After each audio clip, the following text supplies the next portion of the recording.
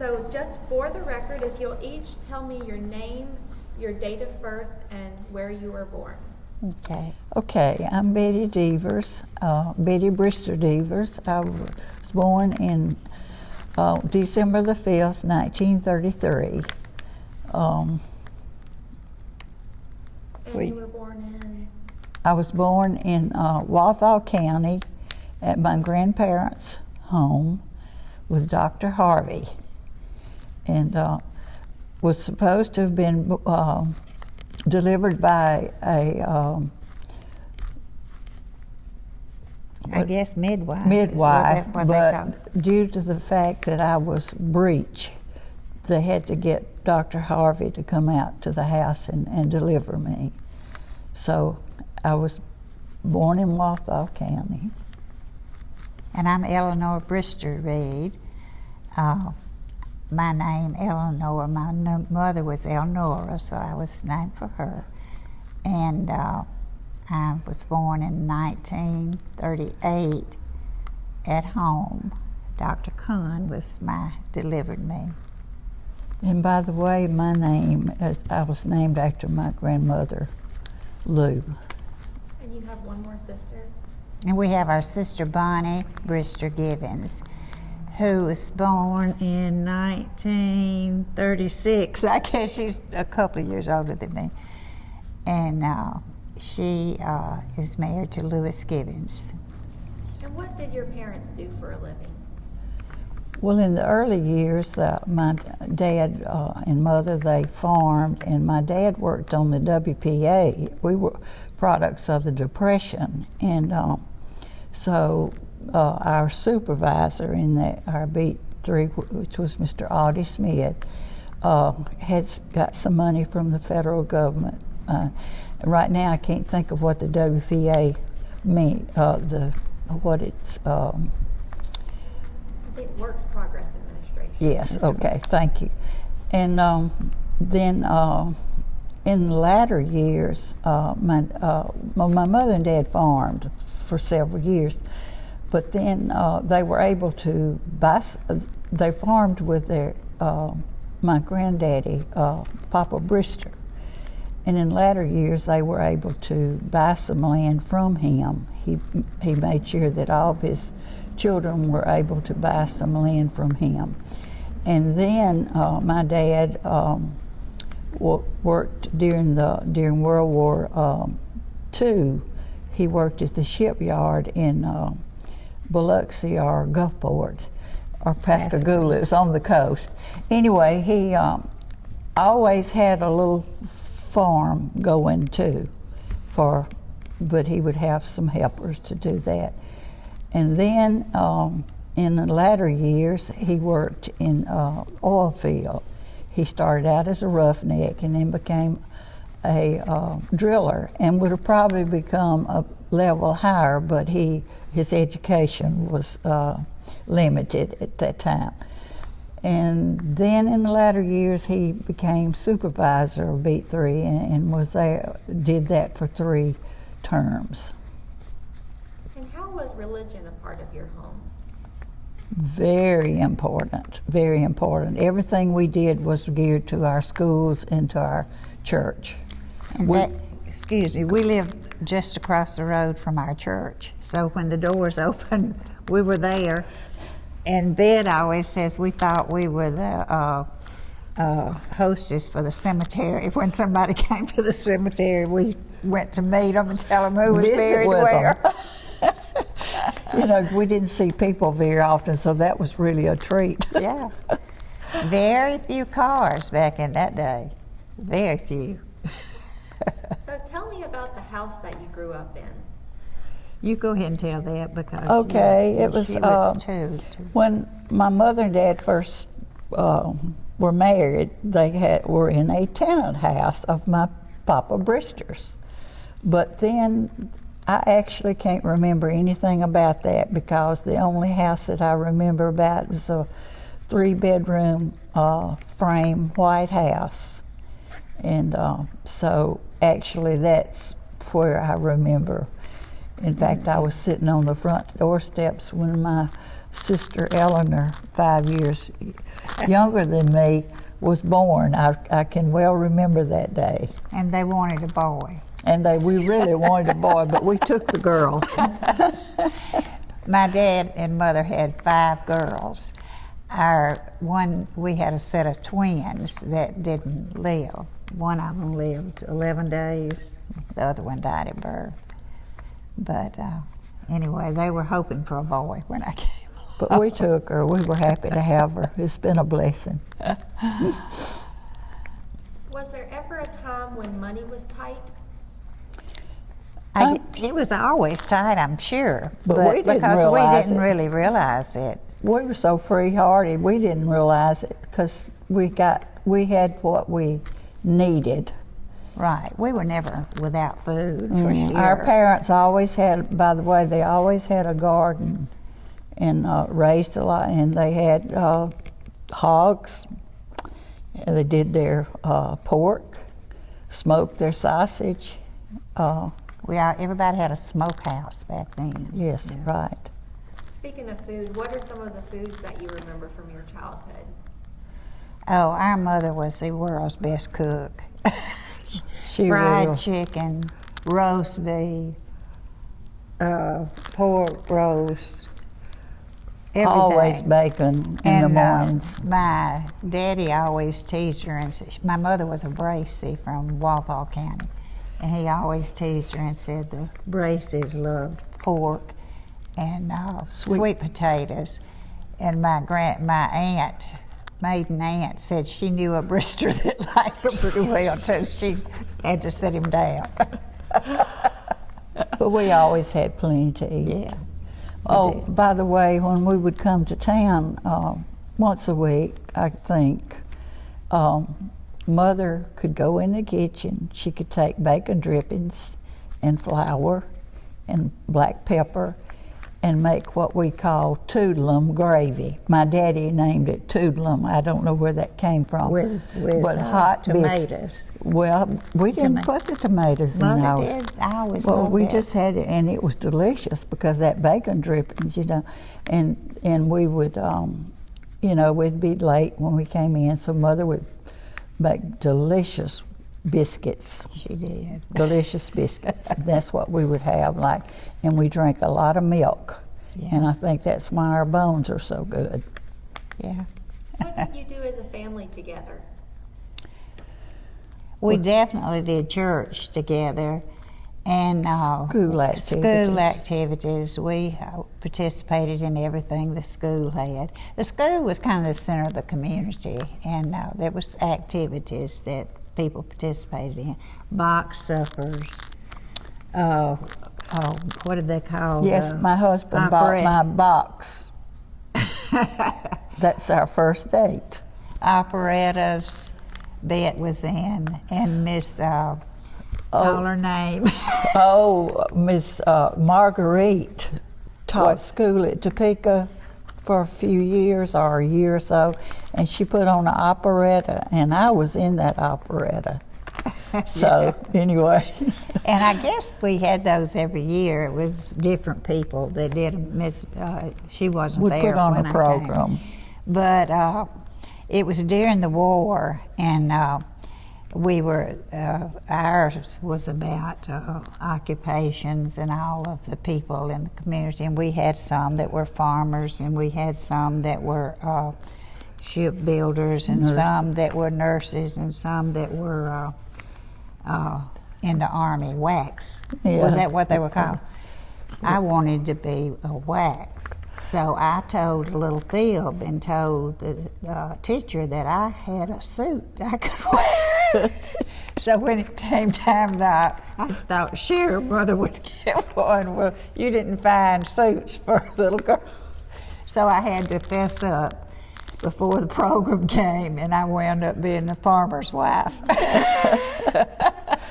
By the way, I didn't mention that my mother was a teacher. Now, she only had 2 years at Colin, and that's the way my mom and dad met. She was teaching school at Tilton School, and my dad was a student. And they're same age though. And anyway, that's how they met. Well, the different, where Daddy lived, I don't think they started the school And quite they as finished early. at 11. My And mother 11. started at 5. She was Yeah. 5, yeah. So it was a difference in the distance of this, where the schools were and their order of starting and stopping. Since we're around Christmas time, what did your family do on Christmas? Oh, it was exciting. You'll have Oh. to tell them about the balls. Well, some that I can, we always had Christmas on Christmas morning at our house. But every other year, either we went to my grandmother Brace's at Thanksgiving and my big mama Brister at Christmas, vice versa. And then, but in the morning we were at home always. And it was so exciting. I can especially remember one year that we got the Betsy Wetsies, I believe that's what they were called. And we had scraps of cloth all over the house where we had those babies wetting their pants. And that's one that really stands out. But then we, one year though, we were going to Arkansas to see an aunt, my dad's sister and her husband. So we would, every few days we would find something laying around, and one day we came out and out at the end of the walkway was 3 balls, a red, a yellow, and a blue. Don't you know that was so we could keep up with who's ball, but I knew the red one was mine for sure. She always had red, and Bonnie always had blue, and I got pink if it was available. So, but she had to have yellow that time. But anyway, that was exciting. And then I remember one Christmas, my mother had ordered us dolls with hair. We wanted a doll with hair. Well, guess what? Sears failed. They sent 2 with hair and 1 bald-headed. With a molded hair. I was a little older, so Mother had to get me out and talk to me and said, you know, Bunt and Eleanor are not going to understand it all. Well, that was okay. That was for my sisters. And so the last doll that I had the molded hairs, and then theirs had the curly, and it was okay, you know. Oh, one other thing I remember about Christmas, probably as soon as Thanksgiving was over, we would go through the woods behind the house and down at our aunts and uncles that lived down the road. The cousins we'd all go out looking for Christmas trees, trying to find the perfect Christmas tree. And it was always perfect. And I look back at them now, I don't think they were perfect. But we thought they were. We thought Mother made sure that everything was mopped, cleaned, dusted, and everything before we could have that tree brought in. And we thought we would never get to put that tree up. And now we put it up at Thanksgiving, and Christmas is here immediately, you know. Tell me about the community that you grew up in. It's wonderful. Wonderful. Well, it was, as we said, we were across the road from our church, so we knew everybody that came to the church. And we also had a lot of family around. Yeah, we did. Our grandparents, Bristers, lived probably a mile and a half from us. And as she mentioned earlier, our daddy often worked off from home, and they would have sometimes young men from the community who wanted to work and make some money stay with us and help around the farm. And so I remember we had a great uncle, Warren, who would stay with us too. He had been in a sawmill accident and had his arm off, but he would help guide us. He taught us a lot of kind of Bible babysit us, stories yeah. while our mother worked. But every morning we would walk she was probably at school, but he and I would walk over to our grandmother's, which was about 1.5 miles, and wait for the mail, and get his mail, and visit a while, and then we would come back home. So no such thing. Daddy had the vehicle if we had. There we was only one to a family if you had one. We walked, and we visited with cousins. We're very close to our cousins that lived down the road from us, Rosemary Ward now, and Beverly, Russell, and Carolyn Bourne. So they're kind of like special cousins. Where did people shop during those days? Did you have stores in Topeka, or did y'all come to Yes, Monticello? we had At the Sandifer's store, and during cotton time, They had a they had gin. a gin, and that's where the cotton was done, and a lot of times that's where our parents would buy groceries.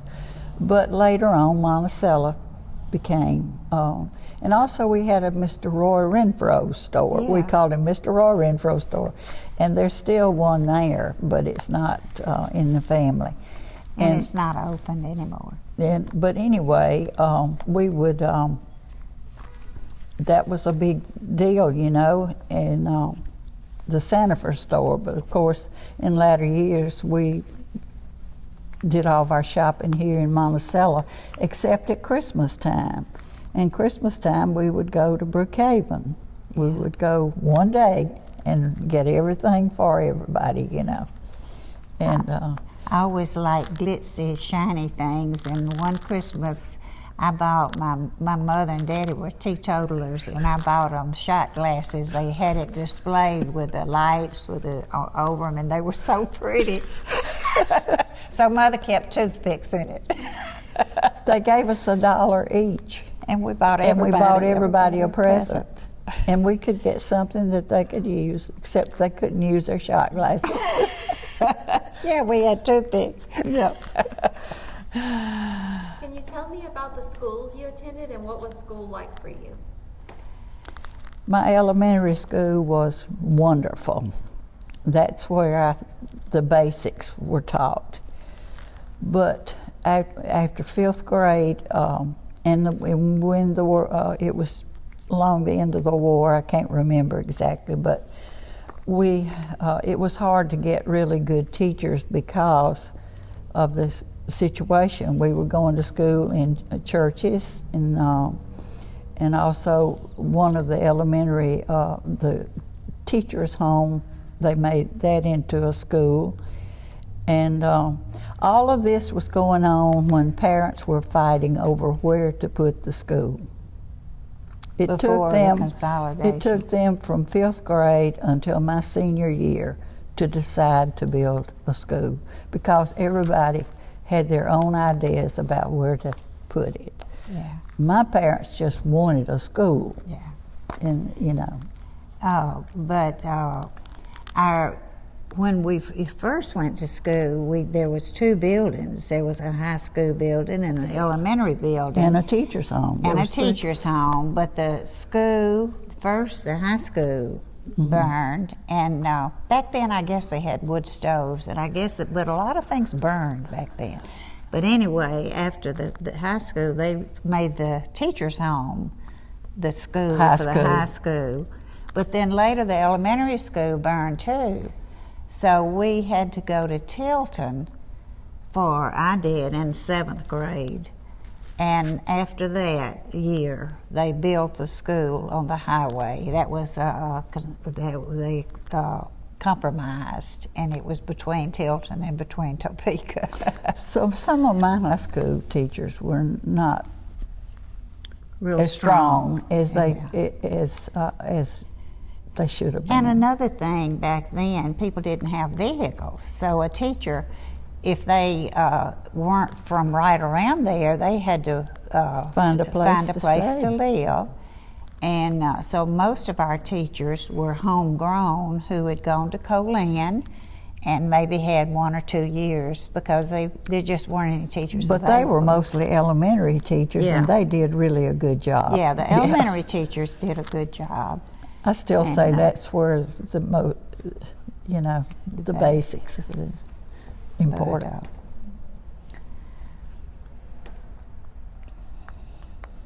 What did you and your friends do in your spare time during that time period when you were in school? My best friend, I met her in the first grade, and she just passed away 2 years ago.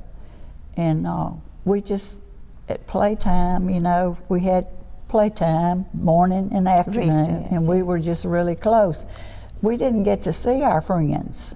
I mean, And we didn't have telephones either. we didn't have telephones, and we didn't see people, but every once in a while, her mom would let her come and spend the night with me, and then I would go and spend the night with her. And in the summertime, we always had a week together. Our parents would let us have a week together.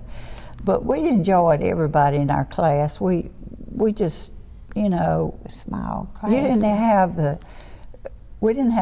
didn't hang out, as they say today, you know. We Yeah. strictly were at home.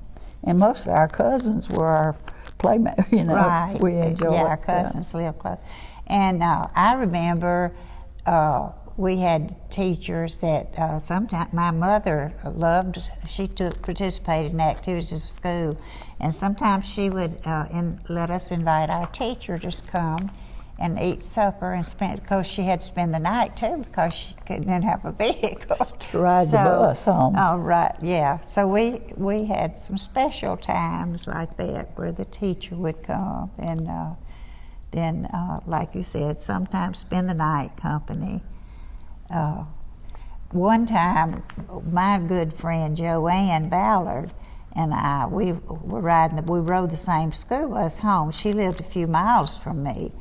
But we decided on the way home that I needed to get off and spend the night with her. And I did not have permission. And my sister said, no, you can't do it. And I said, I think Mother wouldn't mind. And Joanne said I could use some of her clothes. And also, we just talked ourselves into it. Just the time I got off that bus, I knew I had done the wrong thing. So her mother carried me home because I started crying. I was upset She knew you because were I in knew trouble. I was in trouble. There just wasn't anything much. Well, basketball was a big thing. As we got older. That was our activities when we were older. We were participating in all the school activities and basketball. And even before when we were younger, we would go to the games. Right, so it right. that was kind of That was kind of school The school was a activities. social activity. School and church. And I think that was one reason that consolidation was hard for these smaller communities, because you lost the center of your what brought you all together. And the elementary schools are still there, but it's not the same as the activities. However, that place, Topeka, Tilton, is wrapped up on any activity that they have. The parents They're still very participate. activity oriented. Also, we belong to the 4-H club. Oh, yes, we did. I even got to go to Jackson one time. Miss Flory Fulton was our leader. Yeah. And sometimes, I don't really know if we would come to the courthouse for our big yearly Get-together. activity. And we would sing songs, and there was one song that we learned that I can think of so often in the spring. I can't remember the words to it now, but we would sing that about the farmer and turning the soil and looking for the rain and all in the sunshine. It was songs that still, sometimes it comes to me when I'm driving along and I remember those songs that we learned. What did each of you do after finishing school? You go first. I went to USM. And You married first. We no, married young. No, you no, didn't. I didn't. I was went to USM for a year, and my whole plan was to get get typing and shorthand Yes. and bookkeeping so that I could get a job because I was in love. So it was very hard. I mean, because I didn't, Topeka didn't have anything like that when I was in school. So, but I did. I prepared myself because my to-be was in the Air Force, and we had been dating since I was in the 10th grade. And our dating consisted of riding to the school bus to the ball games and that sort of thing, because Mom and Dad wouldn't let me go out. But anyway, I prepared myself so that I could work and that we could get married, and that's what I did. And our first place was in Fort Worth, Texas, where he was in service.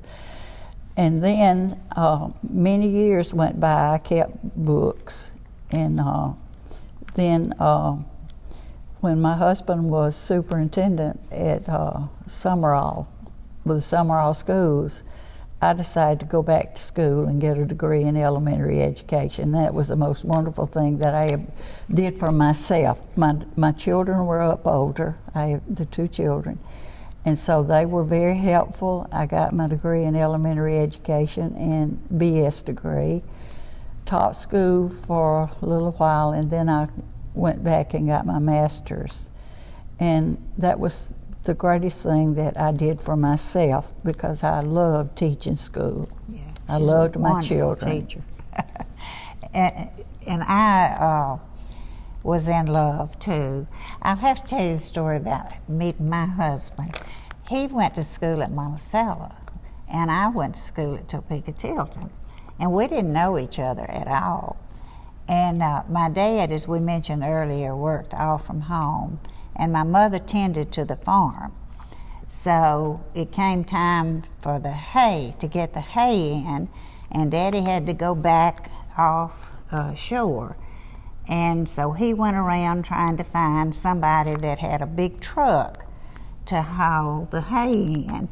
And Irvin Reed was a friend of his, and he told him that J.C. had a big truck. In fact, he did some logging, so he had a big truck. And Daddy got J.C. to send his truck to get our hay in. Well, J.C. sent his son Jerry, and so that's how I met my husband. He lived about 9 or 10 miles away, but we didn't know each other before.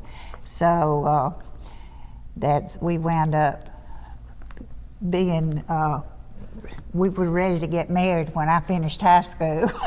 We thought we were. Anyway, we married that summer. And I had always, when I was a young girl, felt that the Lord called me to be a teacher. So it wouldn't turn me loose. I couldn't get over it. So I went to night school when we first married at USM. And then when he finished, he taught for a year at Runnelstown, taught and coached. And then we went to Southwest Community, well, it was Southwest Junior College then, as he was an assistant football coach. And so that worked out perfectly. I was able to go to school there. And then we lived there 46 years, so we were there a long time. But after I finished at Southwest, there was carpools going to Southern, so I got my BS at Southern. And then after I started teaching, I went in a carpool to Southeastern and got my master's too. So we both did. Our parents wanted us all to go to school. Now our sister Bonnie married young too, and she was not quite out of high school. It was her senior year. I'm not Her sure. husband was in the Air Force, and no, she was out because she worked after, and she in fact she worked at Farmer's Supply, we called it, for Mr. McPherson, and then she married later, so she was able to work. I think she worked at Sears, and where he was stationed. So we had a work ethic. We all knew. I worked in a Yeah, bank. we worked all the at, time. At first, when my husband while he was still in school, but we all had our own calling, and she later worked for Farmers. What was it called? FHA, Farmers Home. Yeah, I think administration. so. So that was her.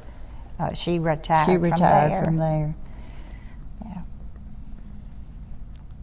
What was Lawrence, so you were living away from Lawrence County for a while, and when did you move back? Were your children grown by that time? My children were grown when I moved Yes. back.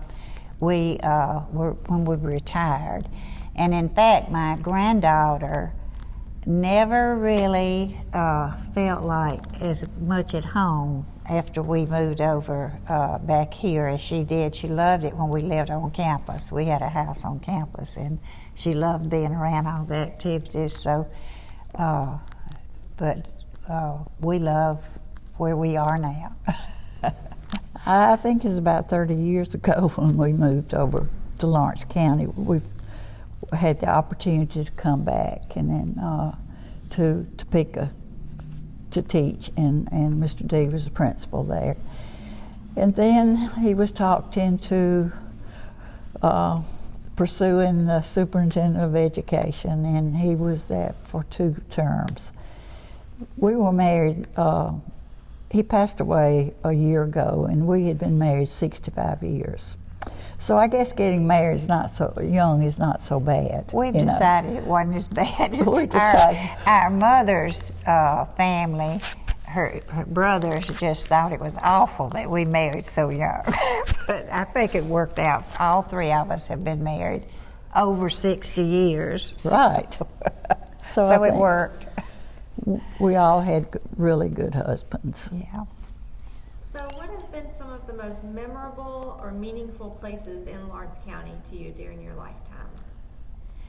Well, I know a Farmer's Supply was they had cloth. Our mother was a great seamstress, and we would get fabrics. We would get groceries, bring our cotton to the gin, and so that was a big place for us. And then What was the, I can't think of the name, across from Fanny's, it was a big store. TWL? Oh yes, TWL was on TWL this. was That's wonderful. right. She was. But also, I can't think. I can't think of their name. It was kind of like the store that's next to Ramey's now. Hardware. Yeah, it was hard. It was Oh, all it must have kind- been McLean and Barnes. McLean and Barnes. That was Yeah. very important. Yeah. Right. And yeah, I'm trying to think. There was a little cafe on the corner, I guess, where that now they have a financial thing. Oh, or and a- there was a cafe on this end of town yeah, that we this- went to. That was the one I'm speaking of, Uh-huh, right? The uh-huh. last building here. Uh-huh. Ms. Fur, I think. That wa- and her husband died, I think, while she was here, so she was a The widow. Furs, I think they Yeah. own that. That's And where you we very ate out. seldom ate out. And one time I remember when we ate out, and I ordered a bacon tomato sandwich, and my mother said, "You have tomato sandwiches all the time. Why didn't you order something different?" But that's the way children are today. Certain things. They eat certain things. But I remember that so well because we didn't get to eat out often, and she thought I should have eaten something And one different. thing I can remember when you ate out, you dressed up. Nowadays, that's one of the things that I think I kind of miss. Is Yeah. the way it was. So talking about change, how have you seen Lawrence County change over your lifetime? Well, it's totally different. I can remember several buildings there used to be a blacksmith shop down on the riverbanks, and then there was a hotel down there, I think kind of where the library is. Now that was probably not there long There was after also we a hotel across here, but where at the one bank time, is now, I think. yeah, I think that was a newer hotel. But the other Oh, one yeah. maybe not. Do you remember? I that don't time? know. I can't I think I remember. remember one being on where the library was. When we were children, when we would come over the hill at Bethel, you could see the water tank. And that was so exciting to us, you know. Yeah, we they little weren't country girls, we loved that. And we watched out for that when we would come to town. Of course, the highway was gravel, you Yeah. know. Yeah. What do you miss about the past? And you were talking about like how people dressed and when they went out, but what are some other things that you miss about the past? I think the slower pace and the time for each other. Of course, we didn't even have, as I said, we didn't even have telephones, so you were really glad to have somebody to visit with. And our cousins that lived down the road, we made playhouses about midway between us every day, and then would get mad at each other and tear them down and go home. But we were back the next morning. So it was, those were good. I mean, and just, I don't like just think about the past as being something that I would want to go back to, but it was certainly Important. an important part of our lives, and I think our values were shaped. Whereas we mentioned earlier, I think everybody was relatively poor in Lawrence County. There may have been a few that weren't, but we weren't taught to think of ourselves as being poor. We didn't worry about what this, that one, And what the other people had. That was, I mean, we were. I'm glad we were taught that. We never were envious, and we were happy. Somebody got a car around. we were happy.